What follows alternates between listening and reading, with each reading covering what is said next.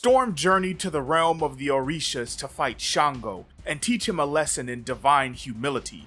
The Yoruba god of thunder showed no fear, but his courage was no match for Team Storm's combo. Awash in darkness, he's comforted by his fellow thunder god Chak and the satisfaction of losing to a truly worthy opponent. But Storm's triumph was short-lived as her team was literally cut short by the FBI's voodoo. And as if that weren't enough, Infinity herself now peers down into Storm's soul with ill intent. It's enough to make a weather witch go mad. The soil of Madripoor is drenched in blood. Friends and foes of Storm, Bishop, and Jaden lie strewn about the battlefield. On one side, the remains of Maggot and Manifold. On the other, the unconscious FBI agents Fabii and Etienne. The World Eater Galactus lies wounded on the ground. Normally, he carries the power to end entire planets, but in such a weakened state, he is little more than a source of energy for the FBI. The mutant child Jaden cowers in the corner, as Bishop tends to the agents. With boot and with bullet, he lays them to waste, parkouring across Galactus's limbs and taking an agent out with every move. But this fight, while impressive, is only an undercard for a main event of universal proportions. Under normal circumstances, Storm would be more diplomatic, using her words to calm Infinity down, maybe even persuading the abstract entity to work with her. But on this day, neither Storm nor Infinity had time to talk, for Infinity was growing weaker and more distraught by the minute. Her separation from her twin brother Eternity was weighing down on her, but this weight was minuscule compared to the weight on Storm's heart.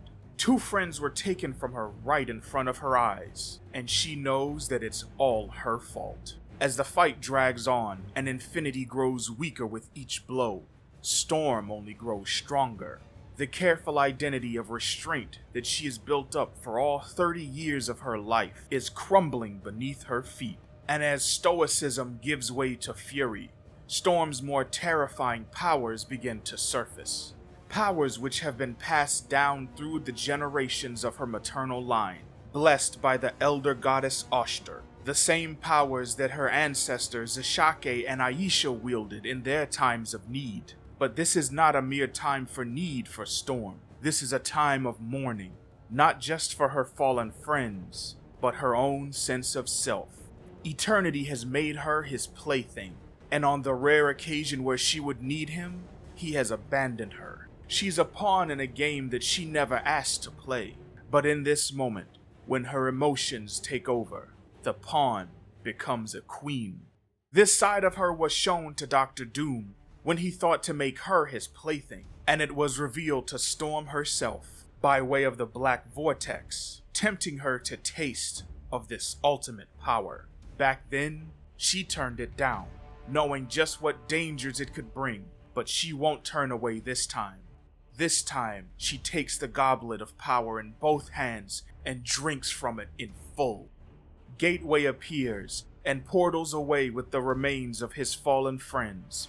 The tectonic plates shift and grind, and the entire earth shakes. Endless waves of blue fire spew from Storm's mouth as lightning bolts trace her form, enveloping her and signaling a transformation.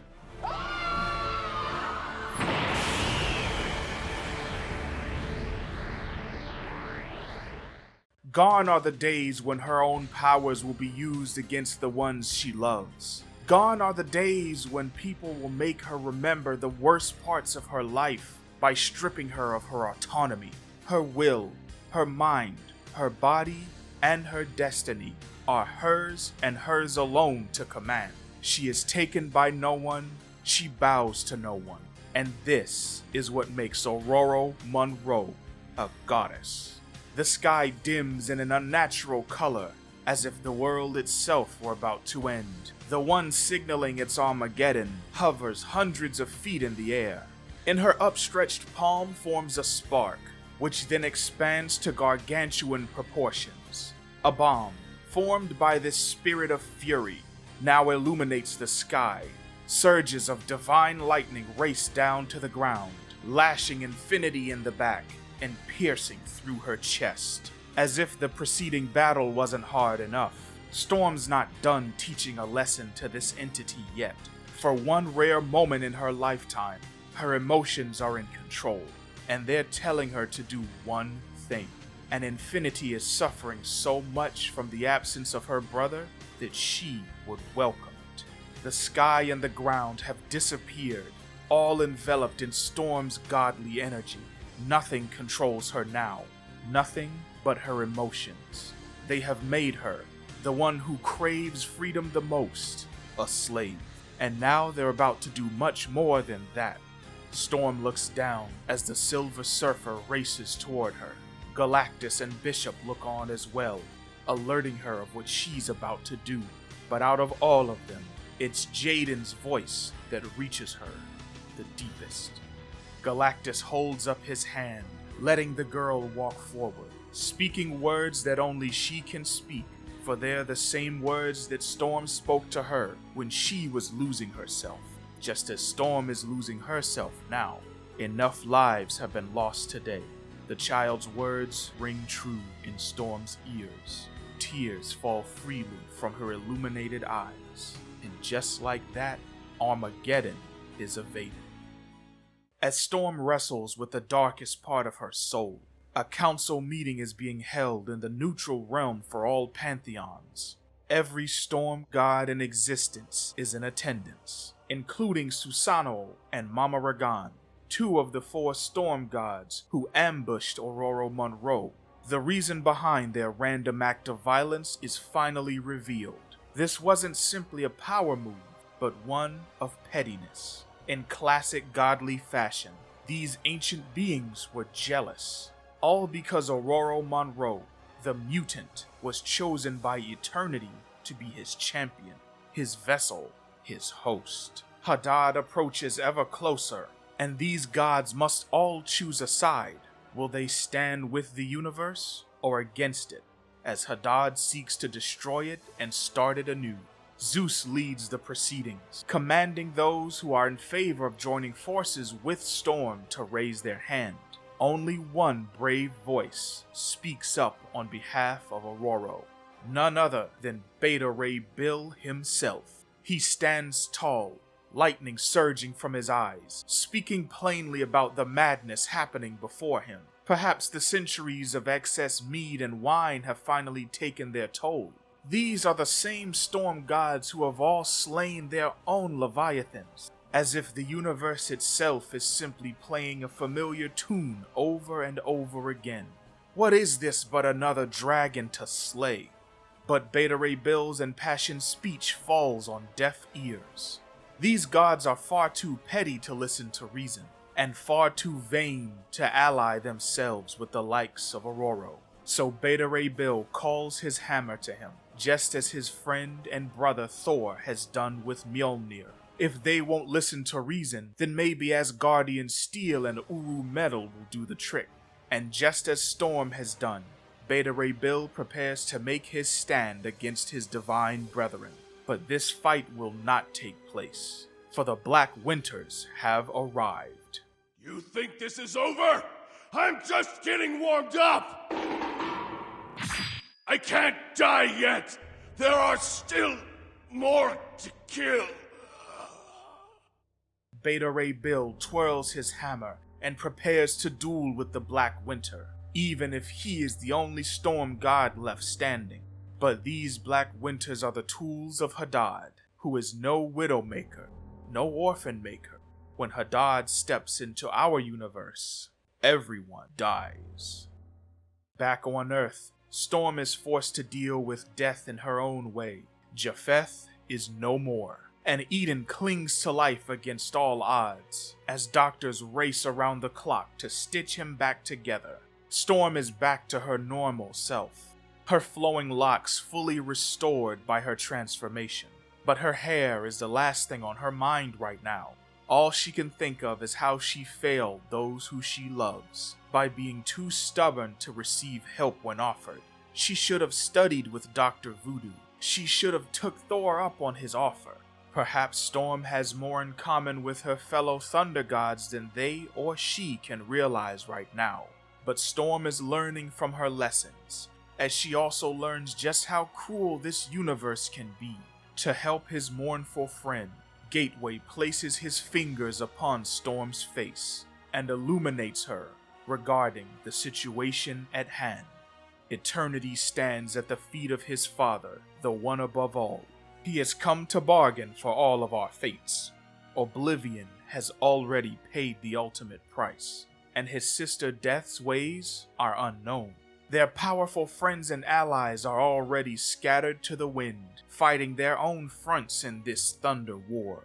Jean Grey, the Phoenix, has come home to defend the Forge of Creation and the mutant civilization she houses within it. Scarlet Witch and the Never Queen defend the land of possibilities to keep magic and creativity alive.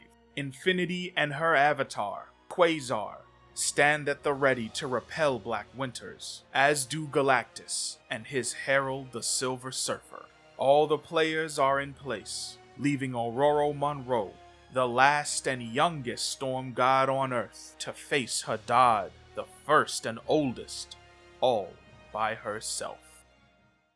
I think it's safe to say that any semblance of kid gloves that Murewa has been wearing up to this point have been taken off and just bitch slapped all of us across the face. And at the centerpiece of it all, we have Storm, in her beauty, splendor, and terribleness. You don't need me to tell you that this design was ripped straight out of the Black Vortex vision, combining that and the same vibe of Rogue Storm from back in the day. Just shows you how much love and passion this team has for Storm. And even though I'm real bummed about us not getting to see more of the fight between Eternity and Storm, I am so glad that we got this moment. 3 pages just isn't enough. I need more of this terrible mother. She formed a spirit bomb of lightning so massive, Infinity just looked up and said, GG. Even I said in my video from a couple days ago that I didn't think Storm would be able to threaten Infinity's life. But even an Infinity who's not at 100%, being bested by Storm in battle is an insanely powerful feat. This has to be the absolute strongest we've ever seen Storm be. This is even more impressive than a couple issues ago when she decimated those Black Winters. That was Eternal Storm, with an even bigger power boost from Abraxas. But this was just Storm on her own. But as much as an absolute aura farm that this moment was, it didn't really hit like a hype moment. For as high as Storm flies, this is a low, low, low for her. She's not going to take this form whenever she's doing well. So when you see it on the page, know that she is not okay. And speaking of not okay, that Thunder God Council meeting was way more petty and spiteful than any of us could have predicted. We all knew that everyone wasn't going to be on Storm's side, but really? Beta Ray Bill's the only one who stands up for her? You might as well change his name to Beta Ray Bouse if that's the case. Also, where was Thor? Okay. I'm just glad that all of this is such good connective tissue between all those fragments of stories that were jumping around non-linearly, like the opening of issue 7. When the Silver Surfer walked up on what looked like Beta Ray Bill in an unconscious or deceased state, everything is appropriately catching up to the present, and is also laying a lot of clear foundation for the Rogue Storm series coming in October. We still have 2 more Storm crash outs to go through before we get to Rogue Storm. And seeing how down she is at the end of this issue, it makes sense that those would be on the horizon. Storm is not some perfect, flawless being who never makes mistakes, unlike what some of her detractors and critics would have you believe. But I'm looking forward to the future, cause oh boy, it's about to go down. Hadad versus Storm.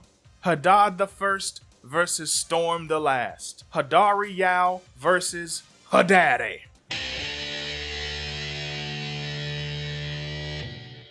But seriously, we better get to see all of that damn fight. I'm tired of skipping fights in this damn book. I don't know if it's my inner weeb or what. Put it on the page. I need it on the page. Comment below and let me know how you felt about Storm issue 11. And after that, click on this video right here to get more Weather Witch crash out godliness in your life. And until next time, keep simping.